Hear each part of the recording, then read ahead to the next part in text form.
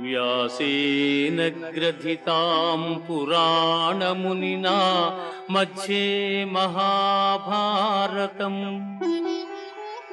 అద్వైతామృతవర్షిణీం భగవతీం అష్టాదశాధ్యాయినీం అంబా